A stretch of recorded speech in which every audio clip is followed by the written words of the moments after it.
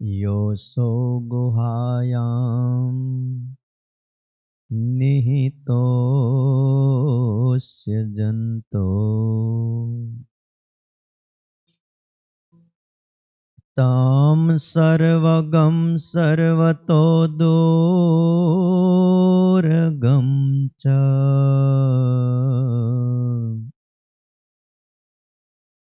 मदामदं देव महं प्रपद्ये। ॐ अवतारिणे श्री स्वामिनारायणाय नमो नमः। श्री हरे कृष्णाय घनश्यामाय नमो नमः।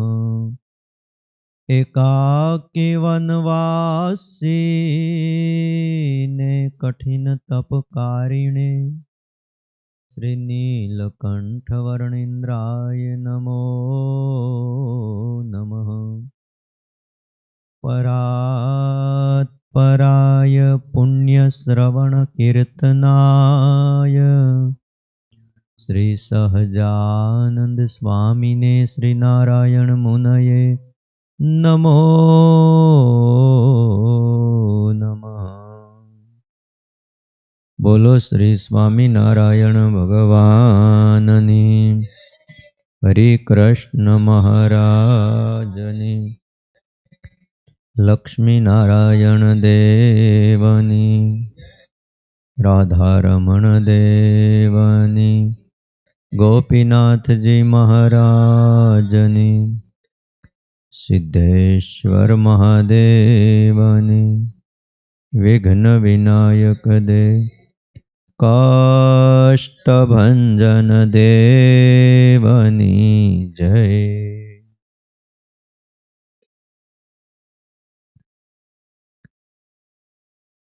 वाला भक्तजनों, सर्वाधार सर्वोपास्य इष्टदेव भगवान श्री स्वामीनारायण, वात्सल्य मूर्ति पूज्यपाद गुरुजी, आप सौ वहाला भक्तजनों,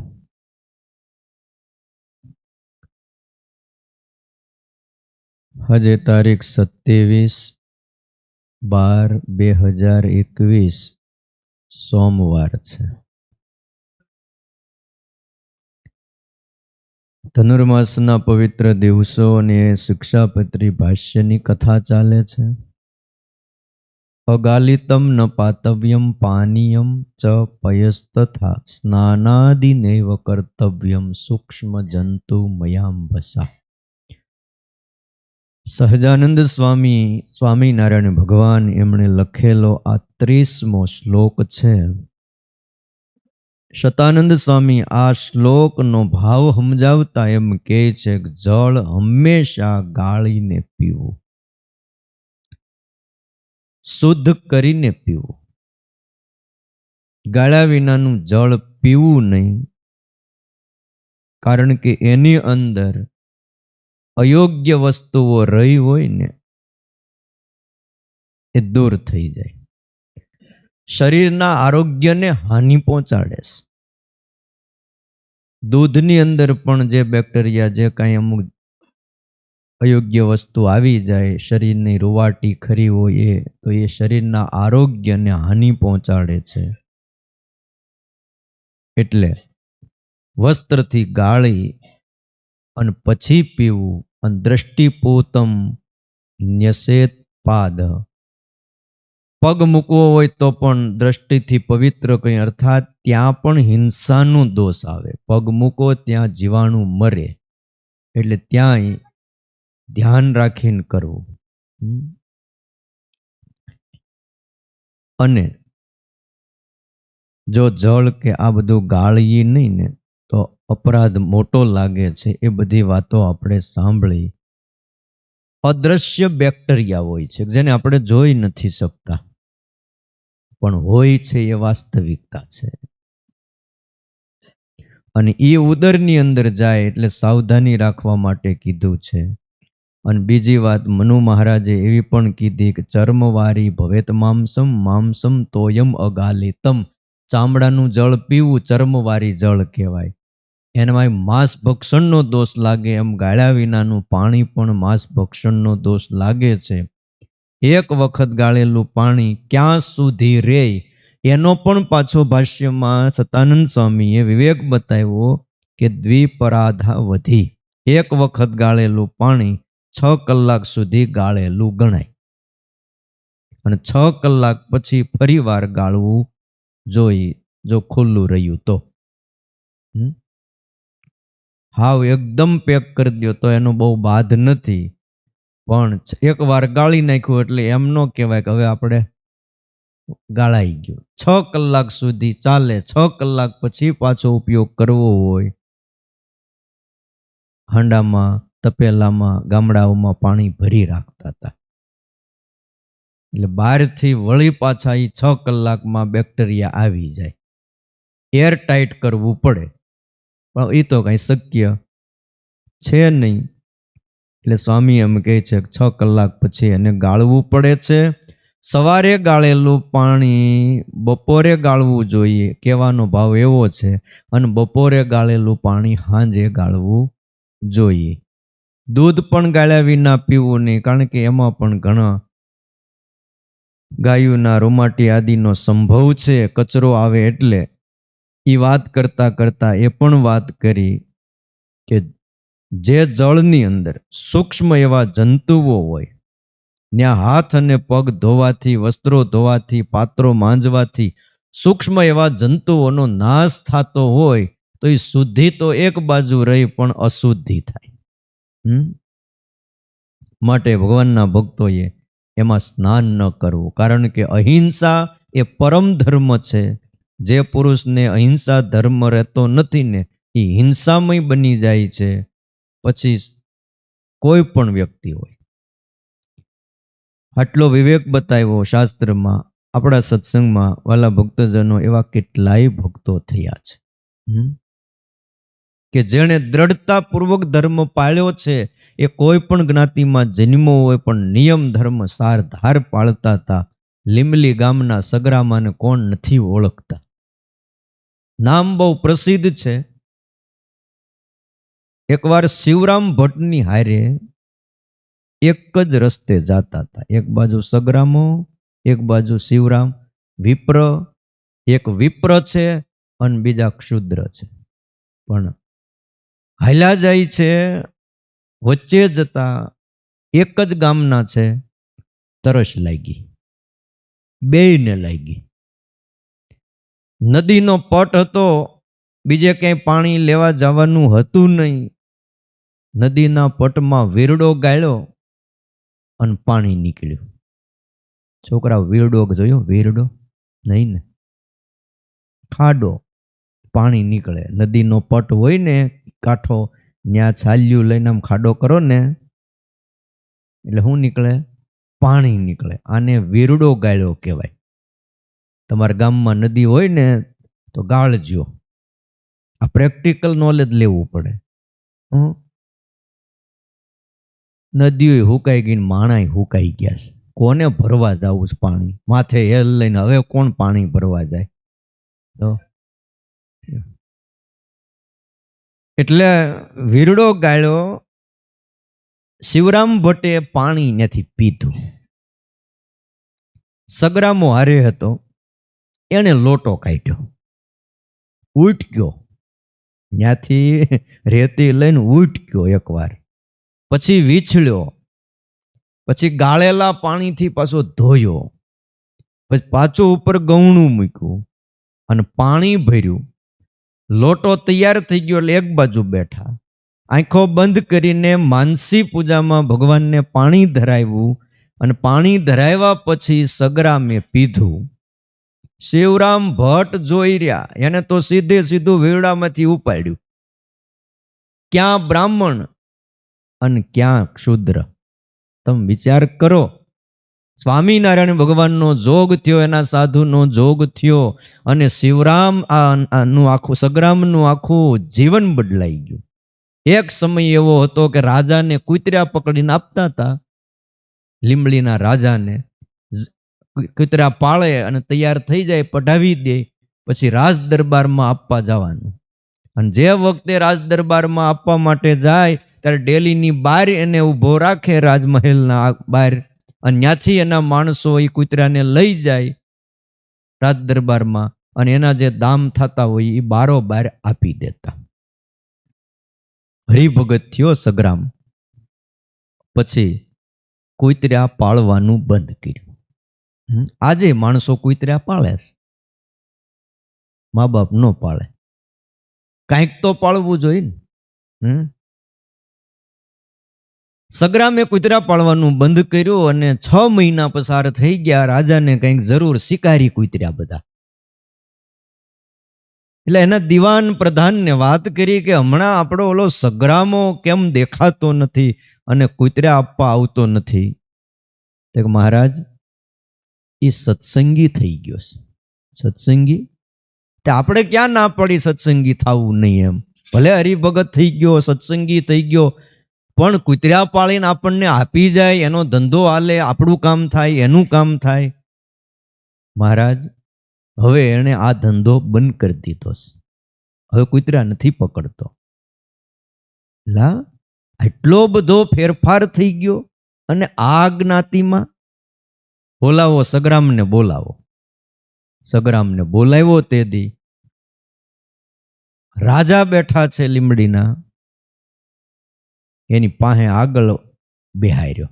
હો, પેલા સગ્રામ, તે સ્વામિનારાયણમાં એવું હું ભાળ્યું કે તારા જેવો અને સ્વામિનારાયણની ભક્તિ કરે, સેવા કરે, એના નિયમ પાળે, ધર્મ પાળે, તે હું પરચો એવો ભાળ્યો. તો જો બાપુ, માઠું નહીં લગાડતા. હા, પરચાની વાત તો હું પછી કરું, પણ મોટો પરચો તમે જોવો. આટલા વર્ષોથી હું કૂતરા પાળું છું અને તમારે ત્યાં લાવું છું, અને હું હાવ રાજમહેલની બહાર, ખડકીની બહાર ઊભો રહું છું, અને ત્યાંથી તમને કૂતરા આપતો હતો. તમારા માણસો અંદર લઈ જતા હતા, મને પૈસા આપતા હતા, પણ આજ હરિભગત થયો, આજ તમારી સામે બેઠો છું, આનથી મોટો પરચો કયો? એ આ કપાળમાં તિલક ચાંદલો છે એના પ્રભાવે. બાકી તમારી સામે મારા જેવો હલકો માણા અહીં બેઠો હોય અને તમે બેહવા દ્યો ખરા? તમારા માણસો જ ન આવવા દે, ત્યાં બાપુ પાસે નહીં. હાલ આગોરે એ પાછા સીધી રીતે કે વાંધો નહીં, એકાદ બે પેલા ટાઢી ગરમ આપે અને પછી પાછા કે રિવાજ જ આવો હતો. એટલે સગ્રામે કીધું કે આ મોટો પરચો છે. એ સગ્રામો અને ક્યાં શિવરામ વિપ્ર ભટ્ટ, ગાળ્યા વગરનું પાણી બ્રાહ્મણે પીધું અને સગ્રામે ગાળીને પીધું. કયો? વડોદરાની પાસે છાણી ગામ છે, ત્યાં વણકર હતા તેજાભાઈ, બહુ સારા હરિજન. બીજા પણ અન્ય હરિજનો ઘણા સત્સંગી થયા છાણી ગામમાં.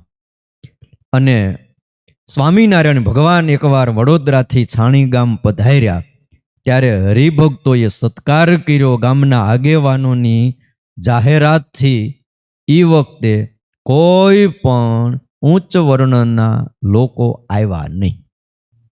સ્વામિનારાયણ ભગવાન પધાર્યા હતા, પણ ઉચ્ચ વર્ણના કોઈ લોકો આવ્યા નહીં.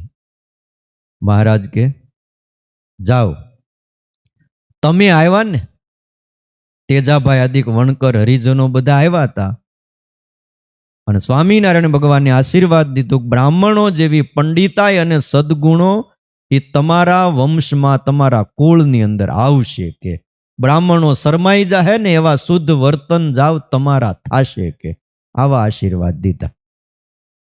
અને ભાઈ એવું જ થયું. એક બ્રાહ્મણ અમલદારના પરિવારમાં લગ્ન હતા. બહુ મોટો અમલદાર બ્રાહ્મણ. જમણવારની તૈયારી કરી. હવે એ વખતે મૃત્યુનો પ્રસંગ એના જ ઘરમાં બન્યો. બહુ મોટો પ્રસંગ. ગામનો આગેવાન અમલદાર લોકોને જમવા તેડાવી દીધા, બધાઈને આવી ગયા બધાય, અને મૃત્યુનો પ્રસંગ બન્યો. હવે શું કરવું?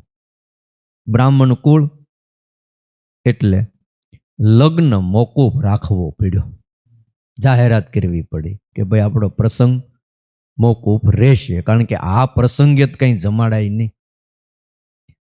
એ તો બધું ઠીક, પ્રસંગ મોકૂફ રાખ્યો, આ રસોઈને મોકૂફ કેમ રાખવી?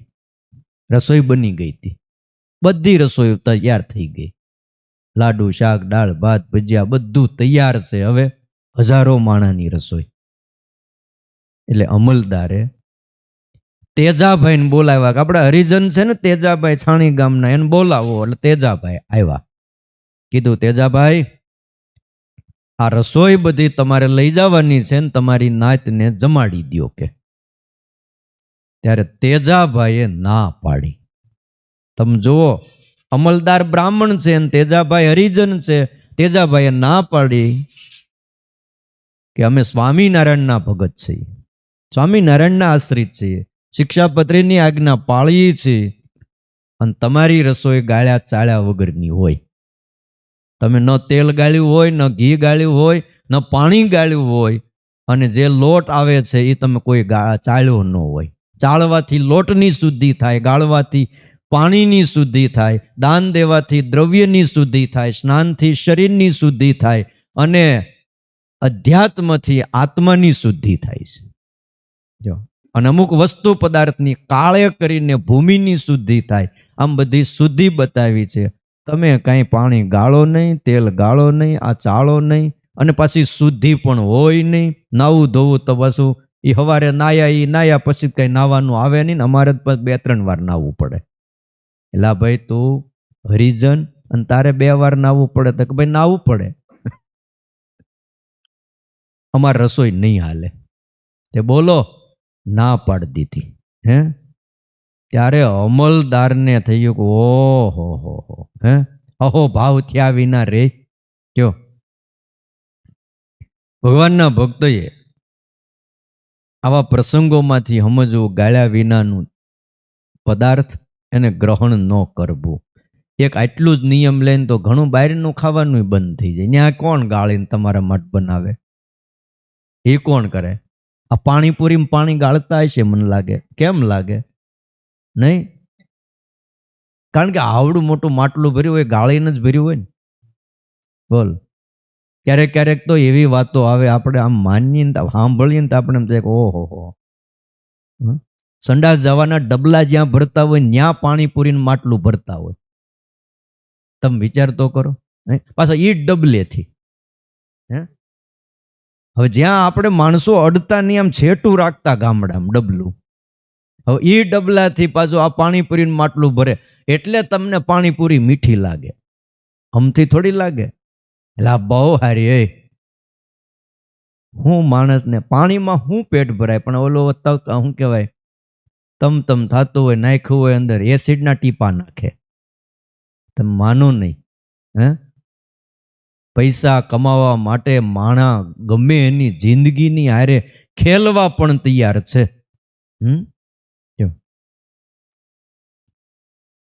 ભગવાનના ભક્તોએ વિચાર્યું. ઘણીવાર મનમાં થાય કે પાણી ગાળ્યા વગરનું પીવામાં વાંધો હું, પણ ઘણા ભાઈ હિંસાનો દોષ થાય છે ગાળીને પીવાથી. જો અહિંસા પળાય છે, સ્વસ્થતા જળવાય છે, અને નિરોગી રહેવાય. 3 ફાયદા થાય છે. માટે હોટલોનું બજારનું ન ખાવાનો વિવેક આ શ્લોકની અંદર બતાવ્યો છે. અને બીજું પછી બતાવ્યું કે સ્નાનાદિ નેવ કર્તવ્યમ, ગંદા પાણીથી નાવું નહીં. સ્વચ્છતા જાળવવા માટેની આ આજ્ઞા સ્વામિનારાયણ ભગવાનની છે. અરે તીર્થમાં જાઓ, ભલે ગમે એટલું પવિત્ર તળાવ હોય, પણ ત્યાં જો જીવજંતુ હોય ને તો પાણી ત્યાંથી લઈને માથે ચડાવી દેવું. પણ સ્નાન કરવું, પછી મહિમા એ મહિમા છે. ઘણા એમ કે ભાઈ હવે નાહી લ્યો ને જળમાં મળ નહીં, પણ જીવજંતુ હોય તો પાણીમાં ન નાવું. કારણ કે સ્નાન કરવું એ શુદ્ધિ માટે છે. સ્નાન કર્યા પછી જો અશુદ્ધ થવાતું હોય તો શું કામ નાવું? પાણી ચડાવી દેવાય. તીર્થ એ તીર્થ છે, મહિમા એ મહિમા છે. ચોખ્ખા પાણીથી સ્નાન કરવું, ચોખ્ખા પાણીથી વાસણ ઉટકવા, ચોખ્ખા પાણીથી કપડાં ધોવા, આ એટલી આજ્ઞા શ્રીજી મહારાજની આમાં છે. અને ત્યાર પછી લખ્યું 31મો શ્લોક.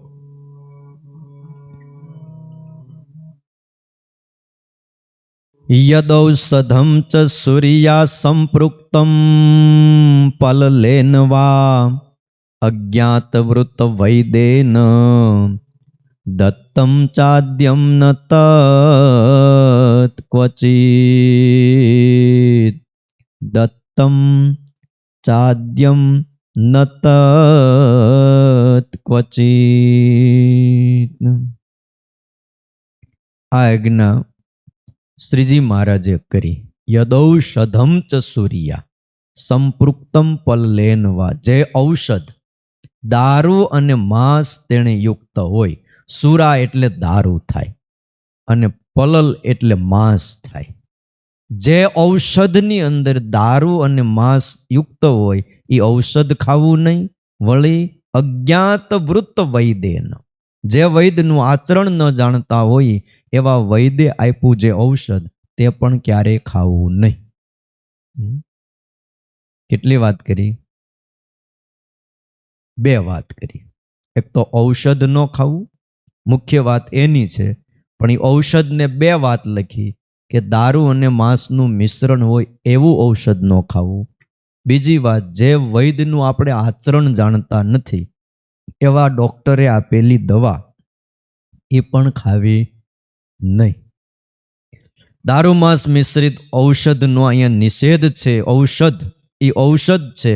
સૂર્યા કહેતા મદિરા અને પલલેન એટલે માંસથી મિશ્રણ હોય આવું ન ખાવું. મહાભારતના શાંતિ પર્વના અધ્યાય 34માં એવું કીધું છે, પ્રાણાત્યયે તથા અજ્ઞાનાત આચરણ મદિરાપી આદેશિતો ધર્મ પરે પુનઃ સંસ્કારમ અર્હતિ.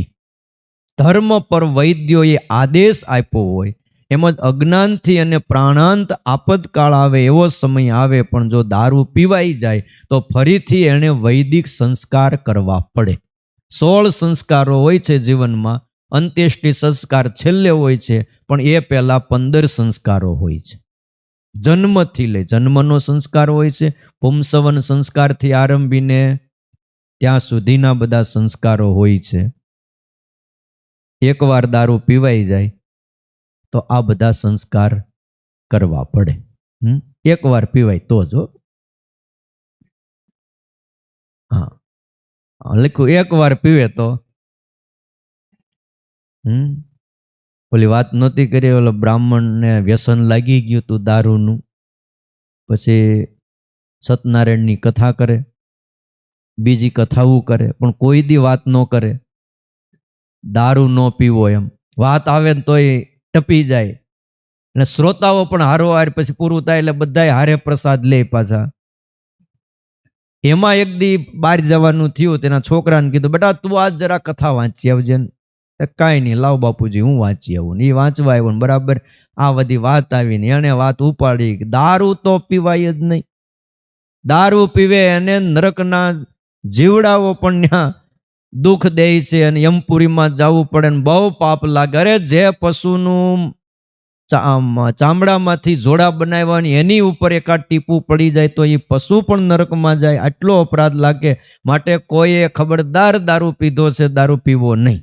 ઓલા બધા ઊભા થઈ ગયા, હું વાત કરે, આવી વાત ક્યાંથી આવી? કે તારા બાપુજી રોજ અહીંયા વાતો કરે છે, કોઈ દી આવી વાત ન આવી અને તારે ક્યાંથી આ વાત નવી નીકળી આમાંથી?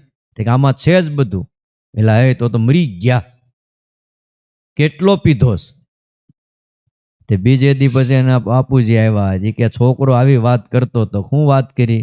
કે એક ટીપું જો ચામડા ઉપર પડે, જે ઢોરનું ચામડું હોય ઢોર પણ નરકમાં જાય.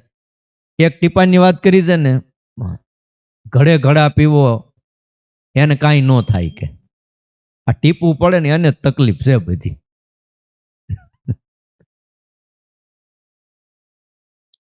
માણસને અર્થ કરવાવો એવા કરે છે. માંસ મિશ્રિત એવું ઔષધ ખાવામાં આવે તો પ્રાયશ્ચિત તરીકે શાસ્ત્રમાં એવું લખ્યું કે તપ્ત કૃચ્છ વ્રત કરવું પડે છે. તપ્ત કૃચ્છ વ્રત 12 દિવસનું હોય છે. કેટલા દિવસનું? 12 દિવસનું. 4 ને 3 દિવસ સુધી પહેલા એને એક પળી દૂધ ને જળ પીવાનું, ગરમ જળ. પછી 3 દિવસ સુધી ઊનું દૂધ, પળીઓ એક પળી, એક દિવસમાં 1 પળી દૂધ પીવાનું. 1 પળી એટલે કેટલા લીટર થયું? 10-12 લીટર થાય તો હા તો ભલે પળી દૂધ 5 શેર થાય. હવે એટલું દૂધ એકવાર પીવાનું 3 દિવસ. 3 દિવસ સુધી જળ, 3 દિવસ સુધી દૂધ, 3 દિવસ સુધી એટલું એક પળી ઘી ઊનું. અને પછી 3 દિવસ સુધી વાયુ ભક્ષણ કરવાનું, ઊનો વાયુ. એટલે 3 દિવસ સુધી કલાક તડકે બેવાનું એટલે ઊનો વાયુ શરીર ઠંડુ ન પડી જાય, કારણ કે 9 દિવસ ઉપવાસ થઈ ગયા પહેલા આગળના. અને પછી આ 3 દિવસ એટલે ઊનો વાયુ 3 દી પીવો પડે, તડકે બેહવું પડે. આવી રીતે 12 દિવસનું વ્રત એને તપ્ત કૃચ્છ વ્રત કહેવાય. એકવાર માંસ ખાય, દારૂ પીવે તો એને તપ્ત કૃચ્છ વ્રત કરવું પડે છે. એવી આજ્ઞા છે. ન કામાન ન સંભ્રમાત ન ઉદ્વેગાત ન ભયાદપી ન હેતોર જીવિતસ્યાપી ધર્મ ત્યાજ્યો ન લોભતઃ. સત્સંગી જીવનમાં સ્વામિનારાયણ ભગવાને એવું કીધું કે અમારા આશ્રિતોએ કામના વેગને લઈને, ક્રોધના વેગને લઈને, યા તો કોઈ કારણથી, યા તો કોઈ ઉદ્વેગથી, યા તો કોઈ પોતાની આજીવિકા હરી લેશે એવા ભયથી પણ માણસે ધનાદિકના લોભથી પણ ધર્મનો ત્યાગ ન કરવો. આ એક ધર્મ છે, અહિંસા ધર્મ. પોતાના પ્રાણનું રક્ષણ કરવા માટે પણ એમ લખ્યું ધર્મનો ત્યાગ ન કરવો. અર્થાત ક્યારેય પણ દારૂ માંસયુક્ત ઔષધ ખાવું નહીં અને પીવું પણ નહીં. કે ભાઈ આપણે બચી જતા હોય, ઘણા ડોક્ટર કે ભાઈ તમે નકર મરી જાઓ, આ તમારે લેવું જ પડે એટલું. પણ પ્રાણ જતા હોય તો ભલે જાય, પણ ઔષધ લેવું નહીં. જેમાં દારૂ અને માંસ હોય એવું. એટલે પૂછીને લેવું. એટલે જાણીતા વૈદ્યની દવા લેવી. એટલે લખ્યું અજાણા વૈદ્યનું ઔષધ ન લેવું. જેના આચરણને ન જાણતા હોય એવા પુરુષને અજ્ઞાત વૃત્ત કહેવાય છે. અજાણ્યા વૈદ્ય આપેલું ઔષધ લેવું નહીં, કારણ કે એમાં અભક્ષ્ય પદાર્થો અને અશુદ્ધિ દ્રવ્ય એ આવવાનો સંભવ છે. આજે કોઈ એવી દવા નથી કે જેમાં અમુક મિશ્રણ ન આવતા હોય. અમુક જ બાકાત છોડો. બાકી જે કેપ્સ્યુલ આવે ને એમાં જિલેટિન આવે જ. કેપ્સ્યુલનું ઉપરનું જે પડ આવે ને એ ડોક્ટરને પૂછો ને તો ડોક્ટર એમ કે ચોખામાંથી બને, પણ એમાં જિલેટિન એટલે હાડકું. એને એટલું બધું પ્રેશર આપે, એટલું બધું એને ઓલું કરે, અને એમાંથી એ પડ બને છે. એ 100% વાત સાચી છે. કોઈ કદાચ કહેતા હોય ને એ ખાલી કહેવા માત્ર કહે છે.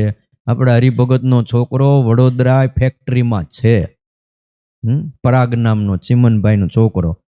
પછી એણે કીધું મને કે સ્વામીજી બને જ નહીં, અમે જાતે દવા બનાવી છીએ, એમાંથી જ બને.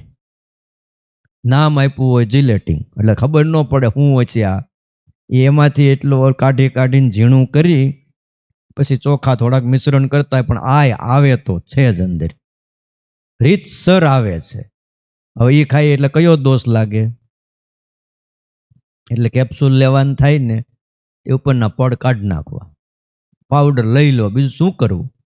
ના છૂટકે લેવું જ પડે ત્યારે પડ કાઢી નાખવું પડે.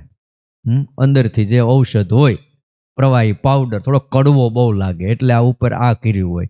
પણ હવે આંખો બંધ કરીને પછી અમરસિંહભાઈ પેઈ જાવું પછી. હા, કેવી કેવી વાતો આપણા શાસ્ત્રમાં વાલા ભક્તજનો લખી છે. સ્વામિનારાયણ ભગવાને આપણને સુખિયા કરવા માટે આ બધી વાત લખી છે.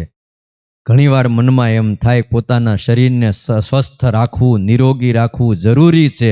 જો શરીર સ્વસ્થ નિરોગી હોય તો ભાઈ ભગવાન ભજાય, ધર્મનું આચરણ થાય. શરીરમ આદ્યમ ખલુ ધર્મ સાધનમ. શરીર છે એ ધર્મનું સાધન છે. શરીર સારું ન હોય શું થાય? માટે થોડું ઘણું લેવાય તો વાંધો હું? જો આવી કોઈ શંકા કરતા હોય તો સ્વામી એમ કહે છે કે શરીરથી પરમાત્માની ભક્તિ થાય છે, એ બધી વાત સાચી. શરીરથી 4 પુરુષાર્થ સિદ્ધ થાય છે, ધર્મ, અર્થ, કામ અને મોક્ષ. માટે શરીર રાખવું યોગ્ય છે, પણ હારોહાર આ ધર્મ રાખવો એ પણ યોગ્ય છે. સ્વસ્થ દશામાં આ બધા નિયમ બતાવ્યા છે. કોઈ સમયે પ્રાણ રેયની આવી મોટી બીમારી આવે ને ત્યારે વૈદ કે તમને આ ઔષધ લેવું પડશે, ત્યારે ઔષધ માંસ અને દારૂના મિશ્રણ રહિત હોય એવું લેવું. એમ અહીંયા સ્વામિનારાયણ ભગવાને આજ્ઞા કરી છે.